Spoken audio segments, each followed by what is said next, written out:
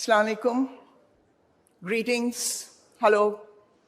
Distinguished guests, Dr. Ishrat, Consul General US, Zafar, everybody, Zahid, boys and girls.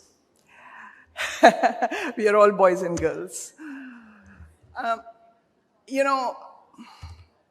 just thought it's the right time for me to just share all about experience and women and men. Very important. And it's good to see that we have men here because I think the success is co-joined. So sometimes we only think about women and we talk about women and there are women gatherings. And I always say the most important component of that are men. Because we need men to support women. We need men to champion. So today, congratulations to Habib Bank, Al-Falah, Nestle. But this whole agenda of women is driven by top leadership. It really doesn't start from the bottom. It really starts with the CEO. It starts with the senior executives of the company. And it really starts with the belief in having diversity and inclusion. Sometimes diversity has become like nice to have. Because if you ask anybody, nobody's going to say we don't want women. So, it's not about what's the right thing to say, it's about what you're doing. It's about, we have big dreams, but they are only dreams if you don't have achievement. So achievement and dreams must go hand in glove. About 3 years ago, Zahid Mubarak and I think Zafar had this idea about, creating a platform for women. That's what Women for Board Allies is. It's a platform to enable women to be visible, to have access, and also to have coaching and mentoring in order to get that confidence that they can win. It was my pleasure that I could be with this forum for almost 3 years, and I will continue to be and to lead it. And what we started to do was to identify women who came from different backgrounds with different experience and different know-how. This is a very, very important point because I'll tell you, I had learnings in that. Throughout at Unilever and then at L'Oreal, they were always the same, LUMS, CBM maybe a little bit, and then of course IBA. So we went for the usual, mostly MBAs. When I started to look at some of the bios, I was amazed, even after all these years of working in this field. There were women who came from backgrounds where you never thought they could have worked for 25, 30 odd years. The experience that they had, and also the grit to have worked in environments which were very challenging. It's not the Nestle's and Unilevers of this world or PepsiCo's. They have come from environments where they had to break the ceiling in order to do what they were doing. And it was this passion which made me feel that if I can do anything to put them on the map, to create the awareness, we are not here to do the HRD's job. That was not the purpose. The purpose was not to decide whether they are right for board positions or not. The purpose was to burst and to break some myths. What is the number one myth? I can't find women for boards.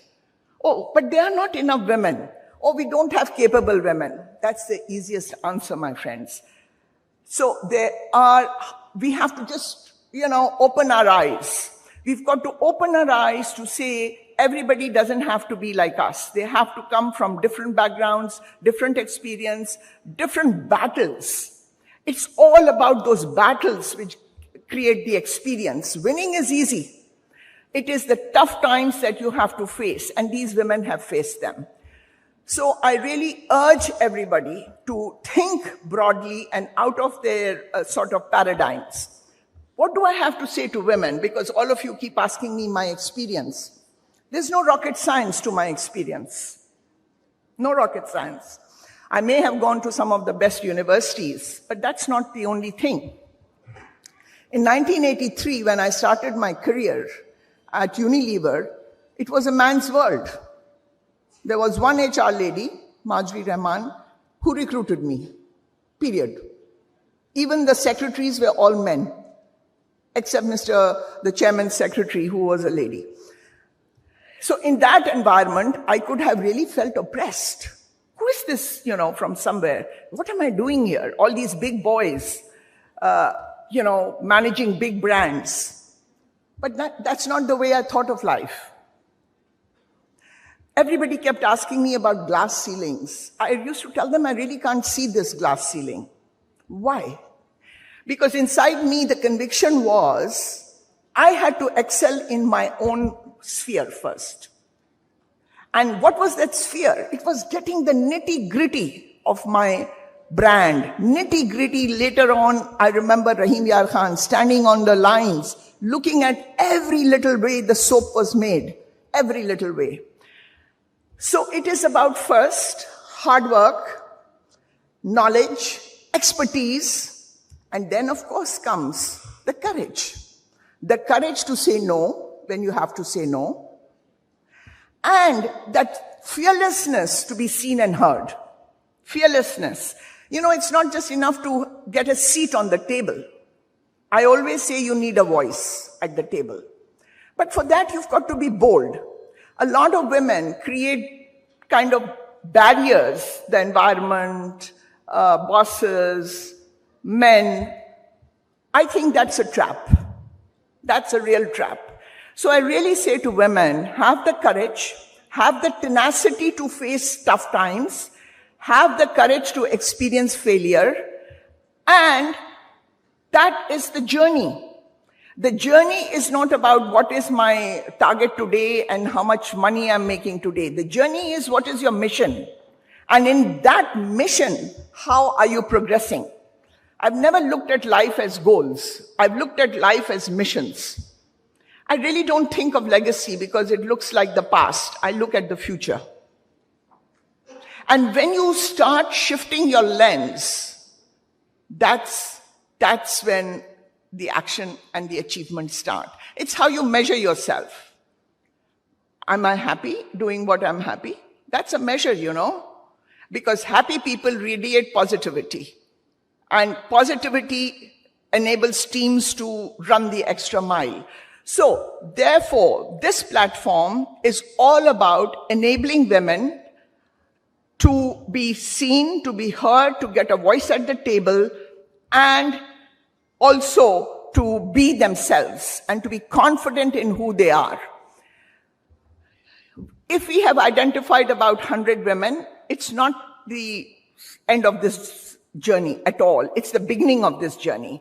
I think Zahid will put a digital consolidated directory, which will be great. But more than that, I think I welcome Maheen, who will be chairing the steering committee in future. We've got to institutionalize this platform. We have SECP representation here today. Thank you for joining us. Very clearly, there's a long road, and that long road means we have to institutionalize it. Why did Habib Bank, Al-Falah, Nestle, good practicing companies, if I may have the liberty to mention Unilever, why? Because they have institutionalized all this in their organizations. So I think in whatever form we go, but the future is about institutionalizing the role of women. 220 million we are, I think, in Pakistan. Out of that, certainly 50% are women, say 100 odd million. And in 100 odd million, if you peel the onion, about 70 odd percent are below the age of 25. So, look at the potential. We have 70 million women who can be in this sphere. You have to think like that. And how can they not be in the economic stream? How can a country progress? So it's not a nice to have women thing. Economic progress and what I call sustainable progress only comes when you have participation. Like Dr. Ishat mentioned about Bangladesh, etc. Participation. So 220 million, 50% women, 110 million. And in 110 million, at least 50 million would be, we are not talking workers, we are talking decision-making workforce. Of course, how can you deny that? So it is about we ourselves getting the access. Nobody used to ask me in the meetings, do you want to speak? I used to jump. I used to get into the center of the discussion. Nobody asked me, are you doing this? Are you doing that? I know there are a lot of HRDs today. Let me tell you, in all the 40 years of my work experience, I have never ever read a job description. Never. Why? Because I want to create the job. And I don't want to be, मुझे कोई जकड़ कर नहीं रखना है कि जी ये आपका job description है. Of course I have to take some brunt with that. Doesn't matter. Who cares? But if you know your work and if you have the courage to be honest and have that integrity, that's it. That's what life is all about. So therefore, I really implore to all the women here, take charge. Take charge. Be seen, be heard. Nothing is wrong, nothing is right. Have belief in your value system. The value system should drive your actions. And when your value system drives your actions, you will be fearless. So, with that, I say to all the men in this room, you've got to be champions of supporting women. And in action, not in spirit. The spirit thing can, go nowhere. So we need action. We need action. So thank you all very much, and I hope to continue helping you all.